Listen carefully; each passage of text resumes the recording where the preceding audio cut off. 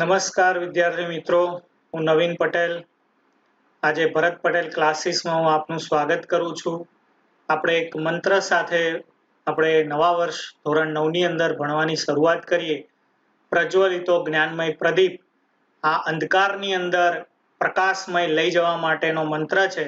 આત્મજ્ઞાન પ્રગટ કરવા માટેનો આ મંત્ર છે, જે આપણા જીવનની અંદર આત્મજ્ઞાન આવે તેના માટેનું હું તમારી આશા સાથે આજે આપણે ભણવાની શરૂઆત કરીએ છીએ. વિદ્યાર્થી મિત્રો, હવે તમે 9મા ધોરણમાં આવી ગયા છો. સાયન્સ એન્ડ ટેકનોલોજી આપણો આ વિષય છે. તો આજે આપણે પહેલા ચેપ્ટરની વાત કરવાના છીએ, જેનું નામ આપણી આસપાસમાંના દ્રવ્યો, જેનો પહેલો લેક્ચર આજે આપણે લેવાના છીએ. પણ વિદ્યાર્થી મિત્રો, આપણે 9માની શરૂઆત કરીએ, વિજ્ઞાન અને ટેકનોલોજીના ભણવાની શરૂઆત કરીએ એ પહેલા હું તમને થોડીક વાત પણ કરવા માંગુ છું. આજે આપણે જે પરિસ્થિતિમાંથી પસાર થઈ રહ્યા છીએ તેની સામે આપણે વિડીયોનો એક માધ્યમ છે કે જેના માધ્યમથી આપણે અભ્યાસ સારામાં સારો કરવો છે. તો હું આજે ભરત પટેલ ક્લાસીસ વતી આપ સૌનું સ્વાગત કરું છું અને સારામાં સારી રીતે તમે વિડીયોના માધ્યમથી અભ્યાસ કરો તે આશા સાથે આજે આપણે ભણવાની શરૂઆત કરવાના છે. પણ ધોરણ 9 વિજ્ઞાન એન્ડ ટેકનોલોજી એ આપણા માટે કેટલું અગત્યનું છે તેની હું પહેલા એક તમને વાત કરવા માંગુ છું કે જેથી તમે તેની ગંભીરતા પણ સમજી શકો. 9મા ધોરણનું જે આપણું વિજ્ઞાન છે વિદ્યાર્થી મિત્રો, એ સામાન્ય વિજ્ઞાન નથી. જો તમારા 9મા ધોરણનું વિજ્ઞાન અને ટેકનોલોજી જેટલો પાયો તમારો પાકો હશે એટલો તમે 11-12 સાયન્સની અંદર સારામાં સારી રીતે અભ્યાસ કરી શકશો. કારણ કે 11-12 સાયન્સનો જે પાયો છે, જે બેઝિક ફંડા છે, તે 9મા ધોરણનું વિજ્ઞાન એન્ડ ટેકનોલોજી છે. અને એટલા માટે તમારે 11-12 સાયન્સને જો ઈઝી કરવું હોય, સરળ કરવું હોય, સારામાં સારી રીતે તમારે જો એનો અભ્યાસ કરવો હોય તો એના માટે તમારા માટે આ 9મું ધોરણ એ ખૂબ અગત્યનું છે. તો હું આશા રાખું છું કે આ 9મા ધોરણની અંદર હું જે પ્રમાણે તમને ગાઈડ કરું, જે પ્રમાણે હું માહિતી આપું, એ પ્રમાણે તમે તે લખજો, વાંચજો અને વારંવાર તે તૈયારી કરજો. કારણ કે આ વિજ્ઞાન અને ટેકનોલોજી એ આપણા જીવન માટે ખૂબ અગત્યનું છે. ખાલી ભણવા માટે, ગોખવા માટે એટલું અગત્યનું નથી. કારણ કે એની અંદર ઘણા બધા ટોપિક, ઘણી બધી વાતો જે આપણા લાઈફ માટે ખૂબ અગત્યની છે, જે આપણે સમજવી જોઈએ. કારણ કે વિજ્ઞાન અને ટેકનોલોજી 9મું જે છે, જે મેં તમને કીધું કે 11-12 સાયન્સની તમારી આજુબાજુમાં કોઈ વિદ્યાર્થી હોય તો એનું પુસ્તક લઈને એના ટોપિક અને આપણા 9મા ધોરણના ટોપિક જે પાઠ છે એને તમે ખાલી કમ્પેર કરો તો પણ તમને ખબર પડશે કે 9મું ધોરણ વિજ્ઞાન ટેકનોલોજી કેટલું અગત્યનું છે. આ એક પાયો છે. કોઈ 5મા કે 6ઠ્ઠા ધોરણનો છોકરો હોય એને ગુણાકાર, ભાગાકાર, ઘડિયા આપો તો એને આવડે, પણ એ ડાયરેક્ટ 5મા ધોરણમાં શીખી નથી આવ્યો. એ પહેલા ધોરણની અંદર એકડો, બગડો, ક, ખ, ગ આ બધું શીખ્યો છે. પછી એને લખતા, વાંચતા, ગુણાકાર, ભાગાકાર આ બધું આવડ્યું. એમ 9મા ધોરણની અંદર તમારો વિજ્ઞાન અને ટેકનોલોજી જે સબ્જેક્ટ છે, જે પાઠ છે, જે ટોપિક છે, એ 11-12 સાયન્સનો પાયો છે. અને એટલા માટે વિદ્યાર્થી મિત્રો, આપણે ખૂબ ધ્યાનપૂર્વક, મજા કરતા કરતા, રમતા રમતા આપણે અભ્યાસ કરવો છે. ગંભીર થવાનું નથી, પણ આનંદ કરતા કરતા મહેનત કરવાની છે, પરિશ્રમ કરવાનો છે અને સારામાં સારી રીતે આપણે પહેલું જે પાઠ છે એનો પહેલો લેક્ચર જે છે આપણે આજે લેવાનો છે, આપણે ભણવાના છીએ. તો આજના લેક્ચરની અંદર આપણે શું કરશું? તો સૌથી પહેલા આપણા પાઠની કેટલીક પ્રસ્તાવના છે તેની આપણે વાત કરવાના છીએ. સાથે સાથે દ્રવ્ય એટલે શું તેની પણ આપણે વાત કરવાના છીએ. પ્રાચીન કાળની જે કેટલાક દ્રવ્યની માન્યતાઓ છે, પ્રાચીન કાળથી દ્રવ્ય શું છે તેની પણ આપણે વાત કરવાના છીએ. અને આધુનિક વૈજ્ઞાનિકોનું દ્રવ્યનું વર્ગીકરણ જે છે તેની પણ આપણે આજે વાત કરવાના છીએ. તો આટલા આપણા ટોપિક છે જેની આપણે વિદ્યાર્થી મિત્રો વાત કરશું અને તે સારામાં સારી રીતે તમે વિડીયોના માધ્યમથી અભ્યાસ કરો તે આશા સાથે આજે આપણે આગળ વધીએ. નમસ્કાર વિદ્યાર્થી મિત્રો, ધોરણ 9 ની અંદર આપણે સાયન્સ અને ટેકનોલોજી આ વિષય ઉપર આપણે અભ્યાસ કરવાના છે, જેના વિશે આપણે થોડીક વાત કરી હતી. આપણે પહેલું ચેપ્ટરની આજે શરૂઆત કરી રહ્યા છીએ. તો આ પાઠ વિશે થોડીક અહીંયા આપણે પ્રાથમિક માહિતી મેળવવાની છે. પાઠનું નામ છે આપણી આસપાસમાં દ્રવ્ય. તો કોઈ પણ પાઠ હોય એની અંદર જે પણ શબ્દ આપ્યો હોય એના પરથી આખો પાઠ નક્કી થાય. તો અહીંયા છે આપણી. આપણી એટલે પોતે, આસપાસ એટલે આપણી આજુબાજુ. શું છે તો દ્રવ્ય.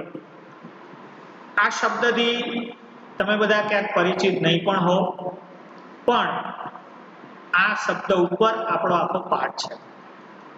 દ્રવ્ય એટલે શું? દ્રવ્ય કોને કહેવાય?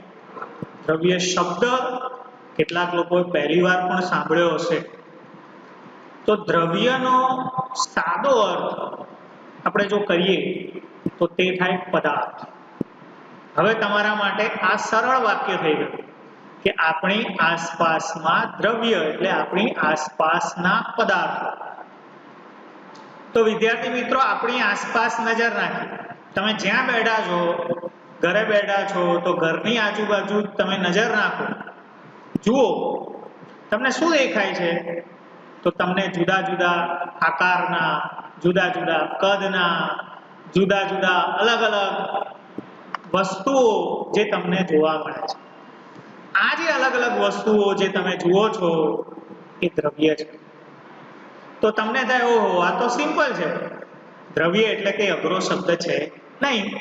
તમારી આજુબાજુ જે પણ છે એ દ્રવ્ય છે અને તેના વિશે આપણે ભણવાનું છે. તો આપણને થાય કે તમારી આજુબાજુ જે તમને દેખાય છે તે જ માત્ર દ્રવ્ય છે? જે આપણી આજુબાજુ આપણને દેખાય છે, જે નજરમાં આવે છે, તે જ માત્ર દ્રવ્ય છે? ના.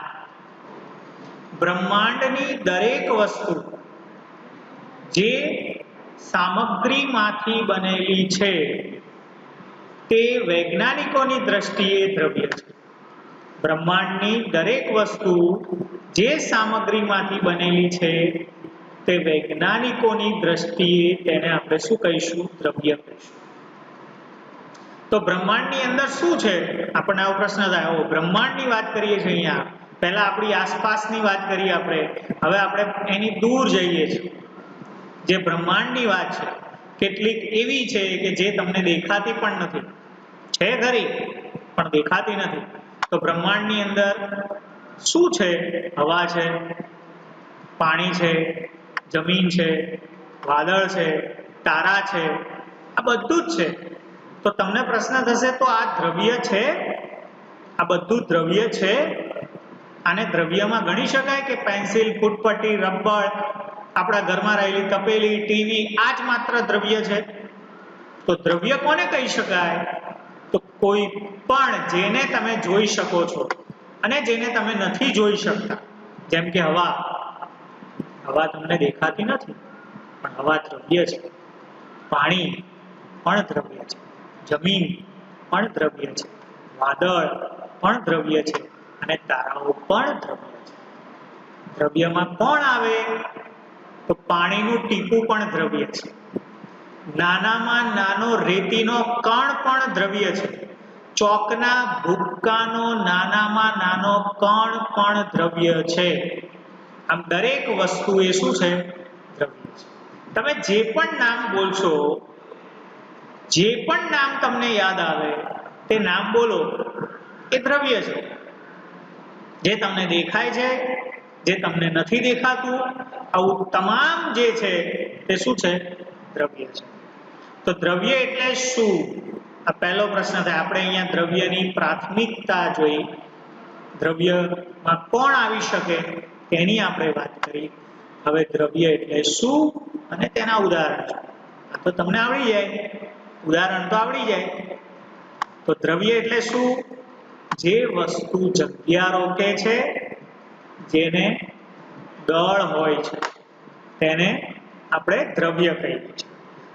જગ્યા રોકે છે. જગ્યા કોણ નથી રોકતું? એક નાનામાં નાનો રેતીનો કણ, એક વાળ પણ જગ્યા રોકે છે. આપણે ત્યાં હવા પણ જગ્યા રોકે છે. ફુગ્ગાની અંદર તમે હવા ભરો છો તો હવા પણ જગ્યા રોકે છે. અને દળ પણ હોય છે, કદ પણ હોય છે. દળ અને વજન જે આપણા આગળના ચેપ્ટરની અંદર આવશે, પણ દળ અને વજન આ બે અલગ વાતો છે. દળ આપણે જેને વજન કહીએ છીએ તે વૈજ્ઞાનિક દ્રષ્ટિએ દળ છે. આ શબ્દ એટલા માટે મારે સમજાવવો પડશે કારણ કે આપણે જેને વજન કહીએ છીએ તે દળ છે. સમજો કે 5 કિલોગ્રામ તમે ખાંડ લાયા છો તો 5 કિલોગ્રામ એ ખાંડનું વજન નથી, પણ આપણે વજન કહીએ છીએ, એનું દળ છે. કોઈ વ્યક્તિનું 50 કિલોગ્રામ વજન છે આવું કહીએ, કોઈ વિદ્યાર્થી અથવા તો કોઈ વ્યક્તિનું વજન સમજો કે 50 કિલોગ્રામ છે તો એ 50 કિલોગ્રામ એનું વજન છે આવું આપણે વ્યવહારમાં બોલીએ છીએ. પરંતુ આ વજન નથી, તે શું છે? દળ છે. તો વિદ્યાર્થી મિત્રો, જે જગ્યા રોકે છે અને જેને દળ છે, જેને કદ છે, તેને આપણે શું કહીશું? તો વજન કહીશું. તેને આપણે દળ કહીશું, દ્રવ્ય કહીશું. જે વસ્તુ જગ્યા રોકે છે, જેને દળ હોય છે, તેને આપણે શું કહીશું? દ્રવ્ય કહીશું. તો દ્રવ્યના ઉદાહરણમાં કોણ આવશે? તમે જે પણ નામ બોલશો એ દ્રવ્યના ઉદાહરણમાં આવશે. હવા, પાણી, પેન્ચીસ, ફૂટપટ્ટી, રબર, ચોક, ખોરાક, આ બધું જે છે એ બધું શેમાં આવશે? દ્રવ્યમાં આવશે. તો આ થઈ દ્રવ્યની વ્યાખ્યા અને તેના ઉદાહરણની વાત. તો પ્રાચીન કાળ એટલે વર્ષો જૂનો કાળ, મનુષ્ય આસપાસની જે વસ્તુઓ છે તેને સમજવાનો પ્રયત્ન કરે છે. પ્રાચીન કાળથી મનુષ્ય તેની આસપાસની વસ્તુઓને સમજવાનો તે શું કરે છે? પ્રયત્ન કરે છે. અને ભારતના પ્રાચીન તત્વજ્ઞાનીઓ, જે ભારતીય તત્વજ્ઞાનીઓ જે કહી શકાય, આવા પ્રાચીન એટલે કે વર્ષો જૂના જે ભારતના તત્વજ્ઞાનીઓ છે, તે પદાર્થને એટલે કે દ્રવ્યને 5 મૂળભૂત તત્વોમાં વહેંચ્યા છે. પદાર્થને 5 તત્વોમાં વર્ગીકૃત કર્યા છે. કોણે? ભારતીય તત્વજ્ઞાનીઓએ. તો એ 5 તત્વો, જેને આપણે પંચ તત્વો કહીએ છીએ, કે દરેક પદાર્થ પંચ તત્વોમાંથી બનેલો છે. અને પંચ તત્વો એટલે વાયુ, અગ્નિ, પૃથ્વી, આકાશ અને પાણી.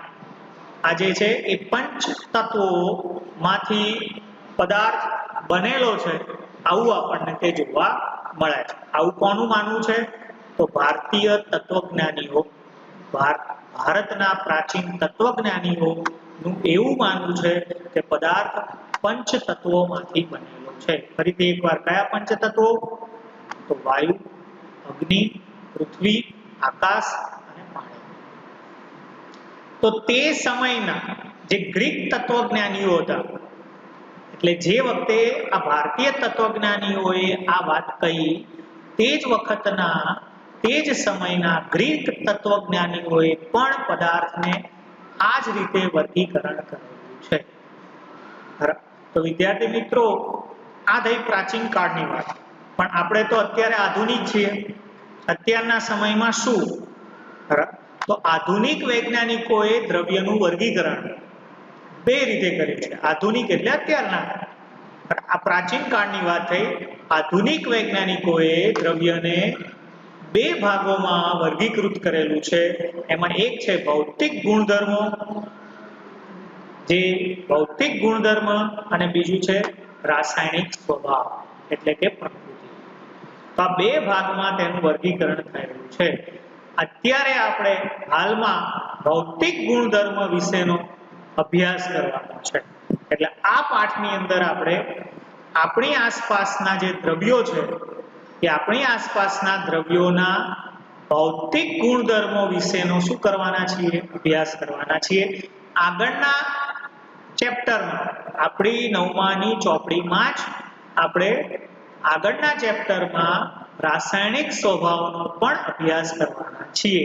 પણ આ પાઠની અંદર પહેલા ચેપ્ટરની અંદર આપણે ભૌતિક ગુણધર્મનો અભ્યાસ કરશું.